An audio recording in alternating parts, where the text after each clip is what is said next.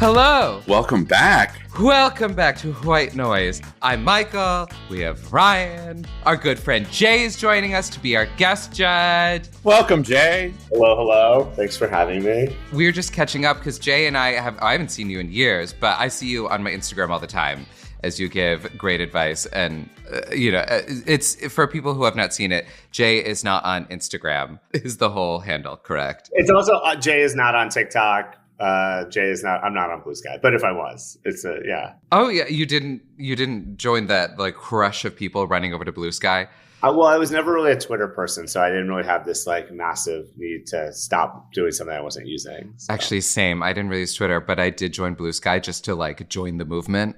And then I proceeded to like never really open it again. I actually think I may have an account, but I'm not sure. Yeah. If I have an account, as soon as we're done recording, I'll go post something. So then I'll know. I use Blue Sky for nefarious reasons. Years ago I used Twitter for, and then I just stopped using Twitter. So. Well, what do you use now? Like, what does everyone like? If you're not using Blue Sky, is it just Google? The interwebs, the Googles. I'm an old man. I'm just like being like big boobs. .com. No, your imagination. No, so what we were talking about before we hit record was how like Jay actually like reads books. I would like to say I feel like this is going to make me seem a lot more intelligent than I am, and then I'll let everyone else down in the next hour. So I think you're incredibly intelligent. I remember when I first met you. You exude competence and intelligence. It also might be the glasses. Take it till you make it. That's my motto. Well, and I was just telling Jay, I'm pretty sure I saw him on Hot Dudes on the Subway reading books. I think that was an account for a while. Yeah, that was when what was it? Tumblr was really big, right? Yeah, I was gonna say it was a Tumblr. That's right. I used to love Tumblr. I used Tumblr for nefarious things. Me too. On a different note, Ryan, it's your birthday. Yes, it is my birthday. Thank you. Happy birthday. What are you doing other than recording this fabulous podcast? So I was in Puerto Rico for the previous week. And then promptly got back and had to go to Toronto for work. Woohoo. But I kind of figured like, I celebrated pretty good over the previous week. So we're just hanging out. Meanwhile, I was literally just looking at the screen like anyone, when you're on a video call, you just look at yourself. And I was literally just looking at myself next to you two. And I was like, I look so haggard. And I actually think you two look great. I was just like, oh my God, I need to moisturize more. I'm pretty sure it's a filter. I have a filter on right now. So. Oh, so you're cheating. Yeah. Actually, I have started. Do you guys do? So I just started this. I started a whole cream regimen. What's your cream regimen? I have a morning cream and night cream, and I have something for the bags under my eyes. And somebody cleaning up your kitchen in the background. Oh, that would be James. James is eternally cleaning. That's my Jay. That's my husband. He is eternally cleaning. He's getting ready for guests. When you say cream, that just makes me think of a girl that I went to school with who was from Germany. And I remember one time we were at lunch. And she had vegetables and she was just dipping them in this white substance. And I was like, and her name was Anna. I was like, what are you eating? And she's like, oh, it's this wonderful cream sauce. I don't know if you have this in America. It's very nice for dipping vegetables or crackers. It's called mayonnaise. And I was just like, huh? And she was like, it's this wonderful cream sauce. It's good for everything. And I was like, yes, we have mayonnaise. We don't dip carrots in it. And she was like, oh, well, you're missing out. It's really nice. Ever since then, when I see mayo, I just think of cream sauce. Mayo's fine. It's a very white person thing. I will say probably the most like white person mayo I get is I will mix mayonnaise and ketchup, two things that I don't really like separately together. Uh-huh. And then I will dip French fries in them. And technically, I think it's called Navy sauce, but that could just be because I was in the Navy when I learned about it. That's right. You were in the Navy. Oh. What did you do in the Navy? Well, I went to Naval Academy and I was in the military for a number of years. So nice. I've been to Annapolis. I have not. It's exactly the same. Visiting and graduating, same experience. Did you climb the obelisk at the end of your plebe year? Yes. Yes and no. I did. I participated in the experience, but I was a rower, and our coach was very clear. So I would say if people don't know that you climb this thing called Herndon at the end of the year, Lots of people like it for a number of reasons, but it's the photos make it look like it's a bunch of shirtless, very ripped dudes climbing on top of each other, and they're getting sprayed with hoses. Those hoses are like fire hoses. It's actually like pretty. Like it piles up with the body, so the heat gets away. So people will fall and like break legs and arms and all sorts of stuff. So our coach was very much like, you can participate by being physically there as a plebe, but you will not be climbing in any regard. So yeah. Is it the objective is either to put something on the top or take something off the top, right? When you when you go to the Naval Academy, you do this thing called your plebe summer. So you end up going to the academy early, and it's basically a number of weeks before the rest of the student body shows up, where everyone who's a freshman or a plebe is yelled at and screamed at, and it's sort of like a boot camp that they kind of break you down to then build you back up, is the whole idea over your next year. You have the most restrictions during plebe. You wear, when you first get there, what's called Dixie cups. So they're like these little hats. They're not like, and so at the end of the year, when you're moving, they have graduation. Graduation week's a huge deal at the Naval Academy. One of the events is all the plebes climb to the top of this giant statue monument that's been greased up with lard and all types of stuff. And you replace the Dixie cap that's been put on the top with like an actual midshipman cover, what they would call a hat. And then that's technically like the end of your plebe year. And so then you can't get yelled at anymore by upper class. I mean, you can, but you know what I'm saying? Like, yeah. It can't, like, you're not like the lowest of the low anymore. You're considered like, there's all these rules when you're a plebe that you can't do, like certain things you can't walk on. And, and so none of those apply anymore. And so it's a big sort of, I would say symbolic. Rite of passage. Right. Yeah. Symbolic. That's not a word. But it's a big sort of like tradition. I remember being fairly young and seeing like pictures and video of it and not understanding why I was so intrigued by it. So when I was at the academy, I would say a couple of years after that, I was down at Rehoboth Beach. I had made a bunch of like secret. I was under Don't Ask, Don't Tell the whole time. I had made a bunch of like secret DC gay friends and was basically a terror. Before there was Demon Twinks, I was a very skinny, closeted midshipman terrorizing the Baltimore area. But I was down at Rehoboth Beach at some house, and some older gay men were like, the photos had come out, or were looking at the photos. And I remember going on this like self-righteous monologue rampage, sort of designing women's style of like, this is not a sexualized experience. This is a real, very I can't even see what you're seeing. And then like decades later, like the popping up my screen and me being like, oh yeah, I get it. Okay. But at the time was still like, I was there and Oh my God, that's hilarious. Yeah. All right. Well, should we jump into the? No, sure. Oh, and also have to say thank you for your service, Jay.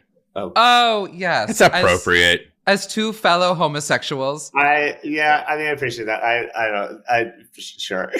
Yeah, I know. It's like, I think for some people it's like a little weird or whatever, but it's true, man. Like you went through some serious shit getting to that point. And you also served the country. So fuck yeah. Well, I appreciate you saying that. I guess I take it. I don't regret being in the military, but I'm not like rah. Oh, I understand. I can understand that too. But the people a lot of times who I was just recently on a family trip in upstate New York, and it was a lot of like people from Philly and that sort of thing. And I forgot sort of how those people are. And I made a comment to some random stranger where I was like, oh, and then when I was in the military, and then all of a sudden it became like, oh my gosh, thank you. You know what I mean? And you're just like, I've been out for so long, and now I'm like a giant homosexual in New York. Like, I don't need, yeah. I have to say the two shouldn't be. I just think it's unfortunate where we are because the two things don't necessarily have to be separate. It's just that we're so fucking weird. No, they shouldn't at all. But I also think the people who serve in the military are doing something really great, and they're putting their lives on the line. So that should be honored. But I also think we have like glorified and I like idolized sort of the military service in this country, and not to get political, but things are going bad. Agreed. I think it's not something I talk about a lot on like a public forum. So I think I was both processing what I wanted to say and how I wanted to say it as it was happening. And then I was like, this is not going the way I wanted to go. Little did you know this was going to be a real gotcha podcast, apparently. Yeah, right. Yeah. Okay, so our topic today is marshmallows. So we each have 10 minutes to riff on what that makes us think or feel of. And if we did research, well done us. If we didn't, we're going to see what happens. And Jay, feel free to, chime in. It can be, it's free flowing. And then at the end, you'll tell us who wins, whatever that means for you. So I think, having listened to a few of your episodes, that I'm going to have Ryan go first because it's his birthday. Woo! And I also think that might help you, Michael. It usually does. I like how you've listened enough to know that jam. Where you're just like, Michael's a mess. So he kind of needs Ryan to set him up. All right. Start. All right. So, marshmallows. So I did my typical thing. Actually, it was kind of a fun topic to research because there's a lot on marshmallows. I think the first place I'll start is that the ancient Egyptians are behind it, and a mallow is a plant, and the mallow is found in marshes. So back in the day, the root sap was extracted. It was mixed with like honey and nuts. And it was considered to be a food of the pharaohs and the gods. So I guess when you're having marshmallows now, you are Egyptian royalty. Wow, how the mighty Think about have that fallen. Every time. I know. Now it's Jet Puff. So they have other like medicinal purposes that it was discovered. So for like sore throats, apparently really good for like digestive health and will soothe wounds. So apparently the sap like will line your stomach and line your digestive tract, and it'll kind of protect it and soothe it, which I think is kind of cool. But of course, leave it to the French to make it fancy and turn it into a candy. I didn't write the full name down, but basically they whipped it with egg whites and sugar, and it has pate in the name. So my question was about to be, is it even remotely, is anything from the original, his like medical benefits, has it made to what a modern day marshmallow is? Or we're getting there. Oh. And the answer is no. Shocker. But it was a mallow pate for the French. It ended up, and of course, the Americans are the ones that made it trash. But so in 1970 is when it came. Not 1970. 1917 is when it came to the United States. Campfire marshmallows, and apparently it was in the late 1800s that we switched from the root to a gelatin, which was heavily industrialized. But Jay, I appreciate that you brought up s'mores. So it's so funny that I'm going to tell this part and my sister's calling at the same time. She's going to like this joke. So s'mores stand for some mores because you want some more when you make them. It was published in a Girl Scout handbook in 1927. And the name of the Girl Scout handbook or camping book was Tramping and Trailing with the Girl Scouts. I will be blunt. I knew the Girl Scout fact because I know I know random things for some reason. But I now am. I will say that I am determined to find a copy of that and buy it. I'm just going to say every time I make s'mores, I'm going to be let's go tramping, guys. I think s'mores has changed a little bit. I just was up with my nieces and we went and made s'mores.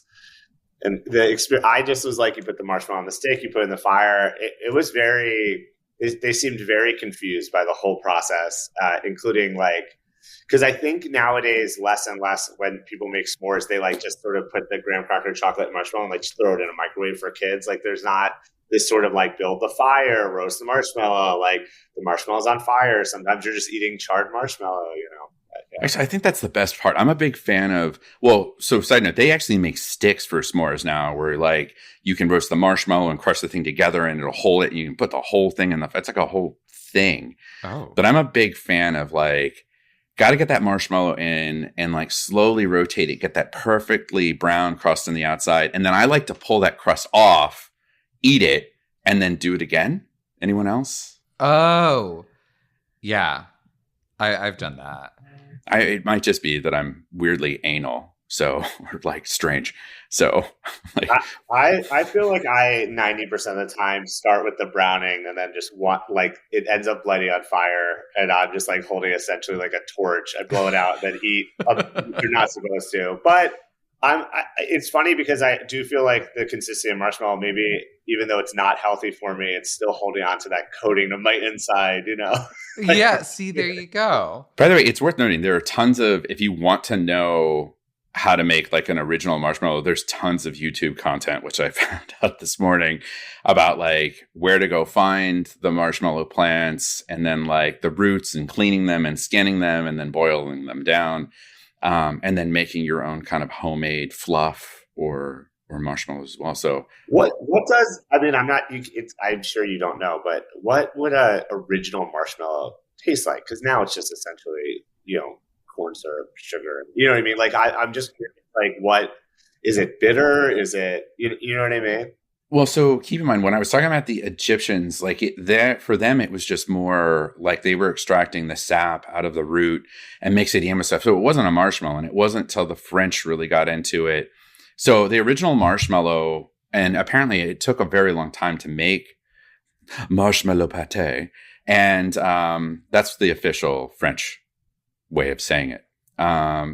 It took a long time to make it, and that's what the original marshmallow was in terms of like what we know today. So they were just using the sap as the gelatin to be able to get to that kind of fluff state. So would the Egyptians fluff it, do you think, or was it more like a syrup?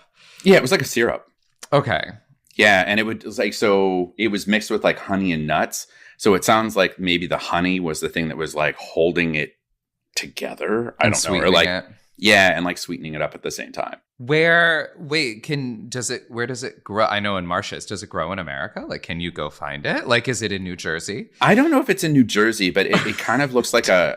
Michael's like, is it in my backyard? Like, could it be? There's a marsh not too far. The Jersey Mallow. Yeah. The Jersey Mallow. Why does that sound like some sort of mystical creature that's going to like murder you? The Jersey Devil and the Jersey Mallow. Yeah, they get together and they have sticky wood battles. I would love a sticky wood battle. I mean, Ryan, whether it grows in New Jersey or not, you should tell Michael it does, because I really would love after this to just see him wandering around a field trying to make his own mallow syrup. Actually, it grows heavily in Syracuse. Does it really? I'm from Syracuse. No. Oh. I hate you. That was really rude. I just got so excited for a second. It was. I was about to go visit my parents. For a podcast, it was sad that people will not be seeing how quickly you got excited and then how disappointed your face was. That was just a real roller coaster. You're welcome. I don't know. I'm trying to see like other fun facts that I have. I was going to talk a little bit like, so for me, like marshmallows remind me of Peeps, and my mom would always put together at Easter, you know, what Easter is about, which is getting candy. And I would always get like a big thing of Peeps, and my mom was very excited. So like, you know, she opens up the package and she bites the ears off of the Peep. And me being the sensitive child that I was like, what did you do to it? Put it back. And my mom was like, you can't, I ate it. It's gone. And I was like, no. And I sobbed and I cried. So my mom had to go out and get another thing of Peeps for me, but I didn't care because she had already killed one of them. So like the bunny Peeps? The bunny Peeps. Sorry. The bunny Peeps were the ones that I always got. I didn't get the little chicken I ones. only think of Peeps as the little... Peeps are very controversial and polarizing. I love Peeps, honestly. Yeah. And I don't like sweet candy, which is weird, but Peeps and candy corn are two things that I enjoy that people hate. And people hate them. And Peeps are I like candy corn too. If you open Peeps and leave them out for like a day, they get like hardened. And so they I love it. But if you bring up Peeps, people really, it is not People have very strong opinions about how much people violently hate them. Yeah. Do you know what it is? I think that like colored sugar taste, it can be a little bitter tasting. You ever noticed that? Like it's not always the most flavorful, that like weird purple or yellow sugar they put on the outside. No? Okay. Maybe just me. Is it like just the chemicals that are in it? Like it tastes a little like soap? It's probably all the chemicals in it. It's just chlorine. If you're going to put a marshmallow in your mouth, I don't think the colored powdered sugar around it is the problem. Even though this comes from a natural thing, nothing in that thing is natural. It is an entirely chemical-based it's like product. Corn syrup. You're like, if you're going to be like, but I draw the line on the colored sugar put around, it's like, all right, strong take there. Yeah. Am I at time? You have 3 seconds to. Oh, I'm at time. You're at it's time. strong. Oh, okay. Or just Well, I was going to say the only other thing I was going to talk about is Rice Krispie treats, which also involves my favorite tramps, the Girl Scouts. But I'll leave that for some other time.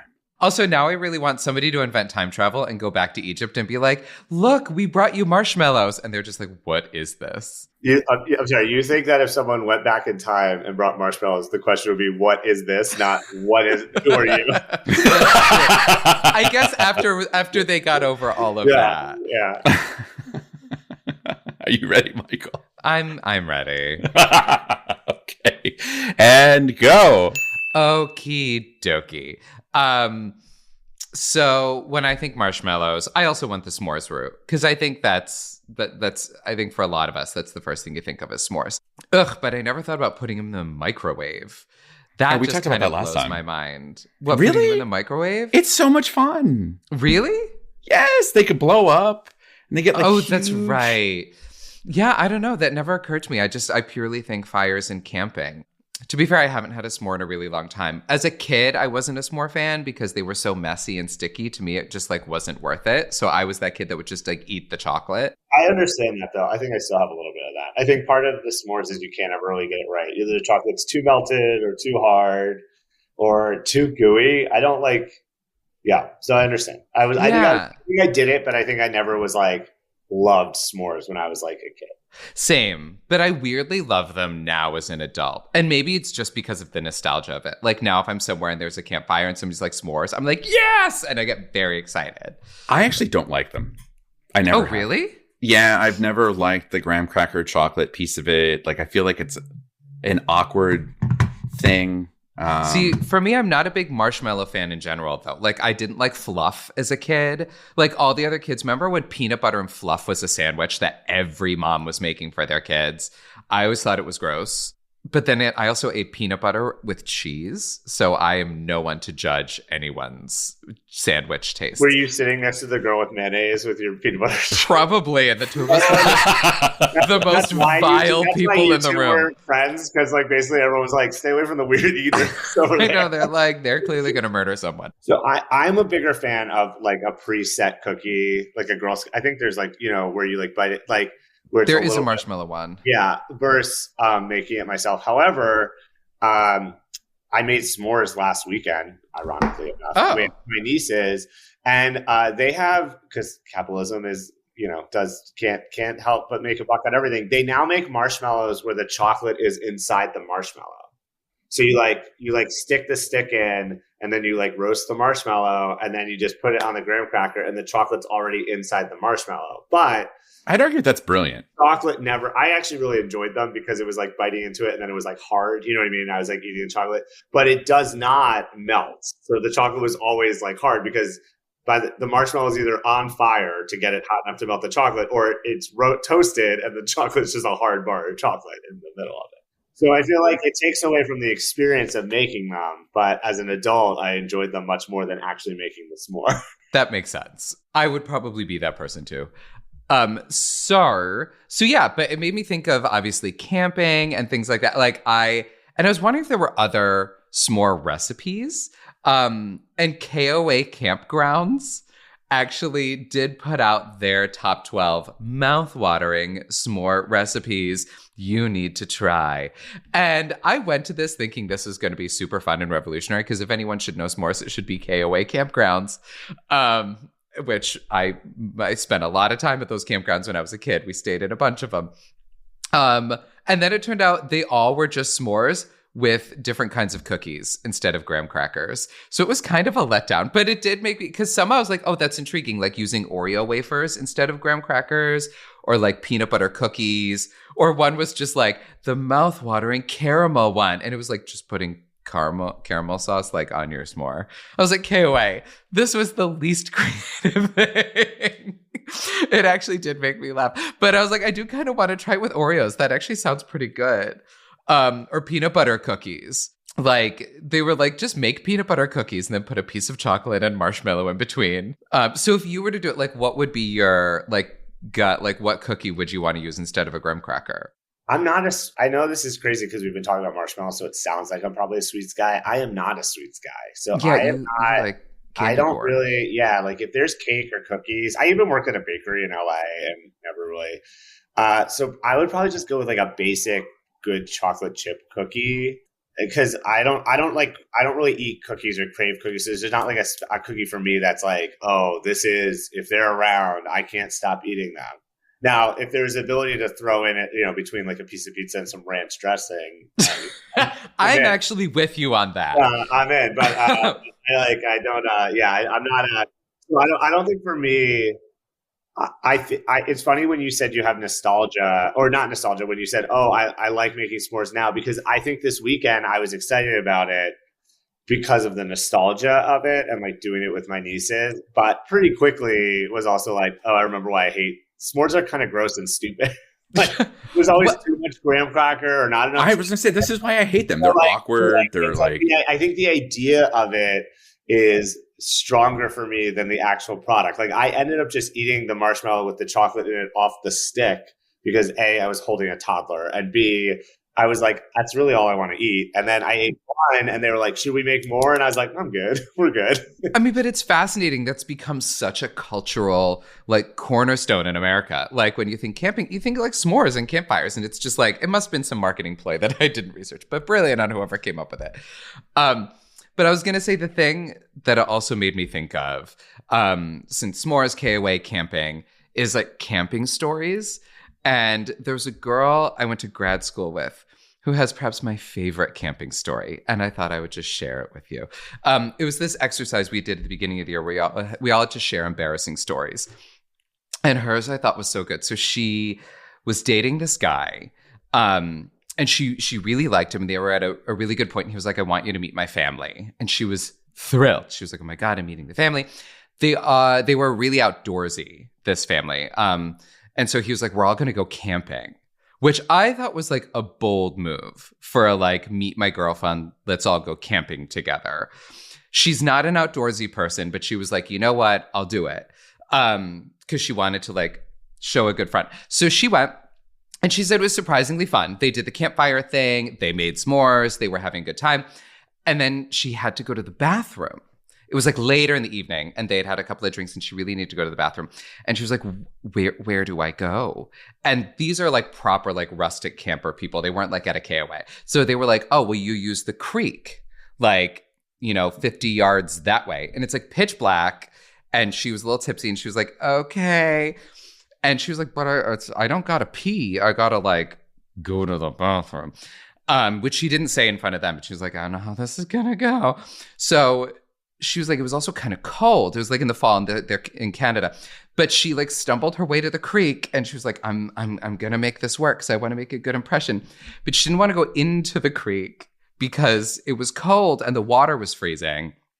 But she didn't want to like go poo on the side because she was like, this is where everyone's going to be coming. So I don't want to leave it. So she found like a small tree and she like held on and tried to like lean back over the water, like pulled her pants down around her ankles, held onto the tree, squatted and leaned back as far over the water as she could.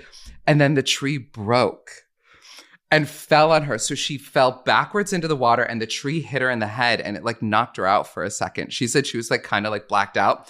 And she like sort of when the world came back, the boyfriend and his whole family were standing on the bank like, are you okay? Pulling her out of the water with her pants down around her ankles. And she had gone to the bathroom. And so it was still kind of like on her legs. And she was just like, and this was my first day with his family, was they had to fish my like poo covered self out of a stream after I fell in and knocked myself out with a tree. I'm blaming the boyfriend for this. I am too. And it's like not exactly a funny story so much as it's just like, oh my God. And it was just like, and she was like, they were so nice to me the rest of the time, but like that awkward, like way too nice to you. Yeah. Where they were also a little like, who the fuck is this woman? And how did she manage to accomplish this? Also, they couldn't have, you're not supposed to defecate in your water source. Yeah. And this is fully, if you are, first off, I have problems with outdoor family. We'll talk about that in a second. But okay. I was gonna say, I feel like opinions would be had. Okay.